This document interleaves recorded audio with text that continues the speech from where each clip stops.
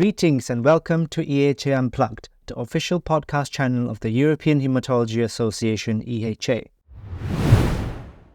Hi, I'm Enrica Orsini, scientific lead at EHA Education, and I'm here today with Professor Kimmo Porkka to talk about prognostic models using big data. Do you want to introduce yourself? Yes, I'm Kimmo Porkka. I'm the head of the Department of Hematology in Helsinki, and I've been working with different types of data-based approaches for many years now. And especially I'm very enthusiastic about the possibilities of utilizing true big data for improving treatments and outcomes of these patients. This exactly the reason of the interview. It sounds really interesting and a completely new field, much promising. Can you illustrate us a little bit how this works for people that don't know about it? It's a question of providing evidence to what we do, what the treatments that we use, and many other things.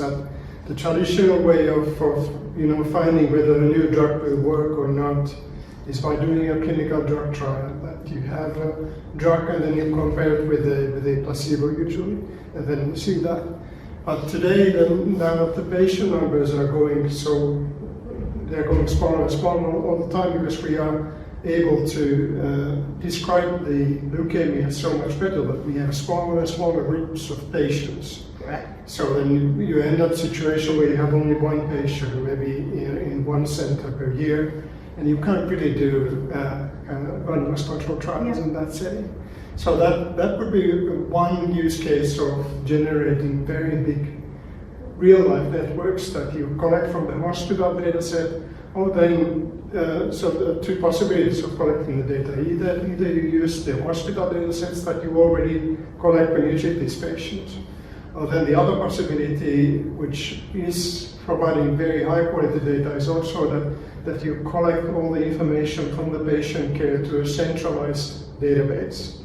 And Harmony is a very good example of that has data from thousands and thousands of hematological patients that can be used in this manner as well.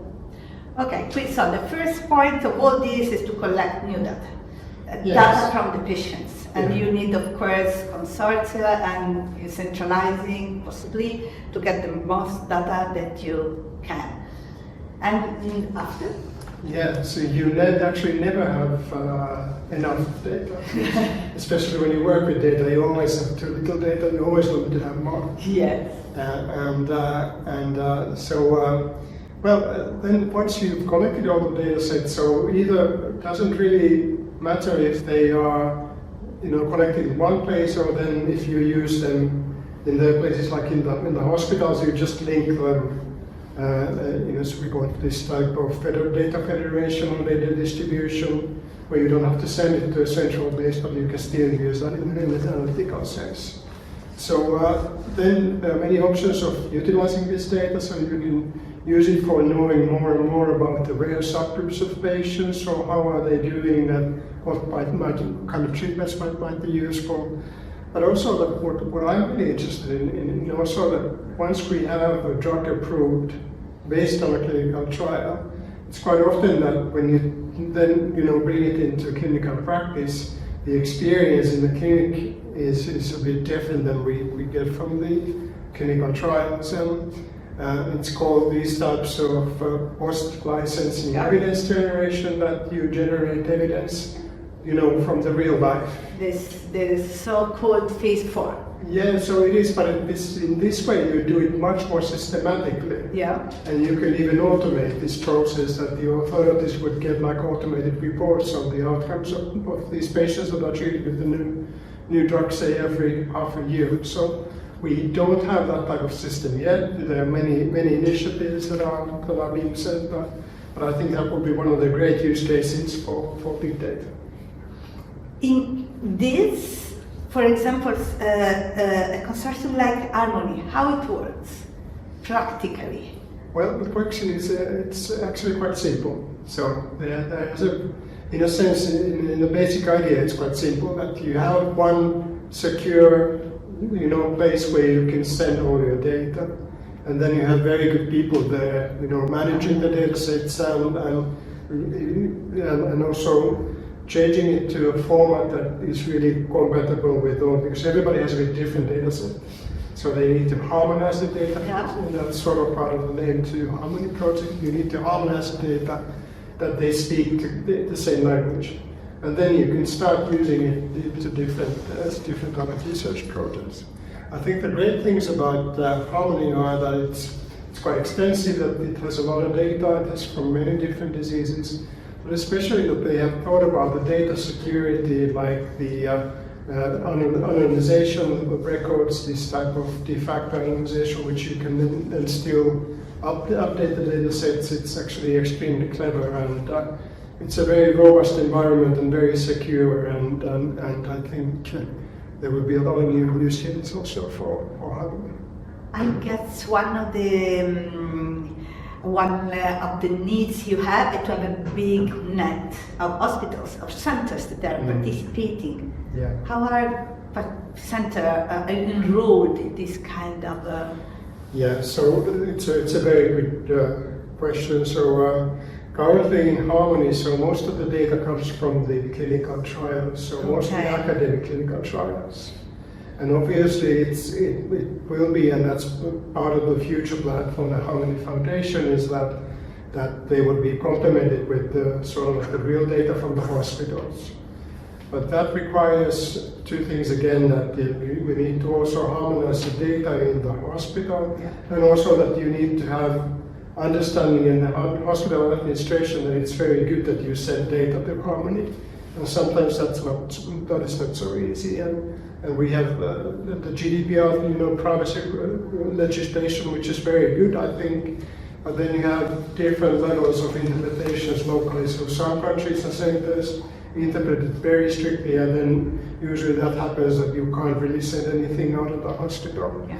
But some countries luckily are much more flexible with that, and also I'm hoping, because there will be this new legislation called the European Health Data Space in the upcoming year, so I think that will bring us more clarity, and I think it's absolutely clear that we need to be able to share data.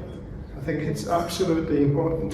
I think it's one of the most crucial things, that we need to learn from each other, and we can't do that if we can't change the data. And it also probably will help small centers, for example, that don't have the possibility of doing an integrated diagnosis or centralizing of diagnosis and prognostication.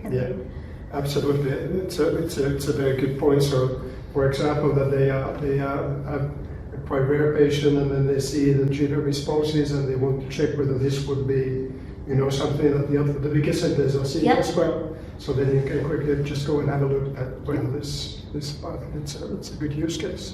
But thinking about myeloid neoplasm, for example, there are some practical examples we can give to our listeners where this kind of big data set would be useful.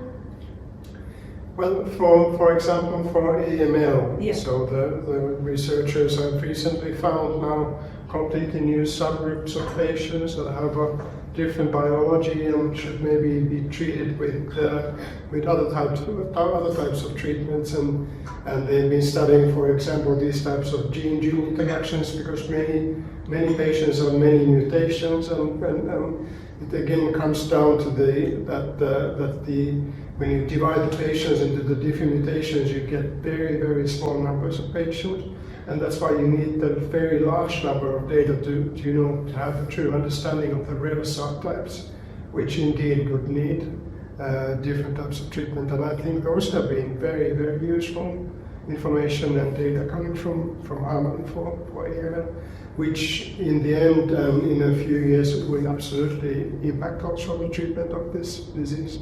Even I was thinking, given the genetic heterogeneity of AML, it seems the perfect candidate for this. It is, but I mean, it's also a relatively simple disease in itself. You have between 3 to 4 mutations only in one patient, but even with this smaller number of mutations, you still end up with huge number of variations. But when you go to myeloma, for example, where you have many more mutations, much more complex disease. So that's also just illustrates that we never have enough of data. So we need to add more and more in order to really understand all this complexity that we are. Okay? In the end, I think I firmly believe that every patient is different, and that's what we need to treat every patient maybe differently. Sounds fascinating, not so easy. Not so easy, no. Thank you very much. Thank you. Thank you.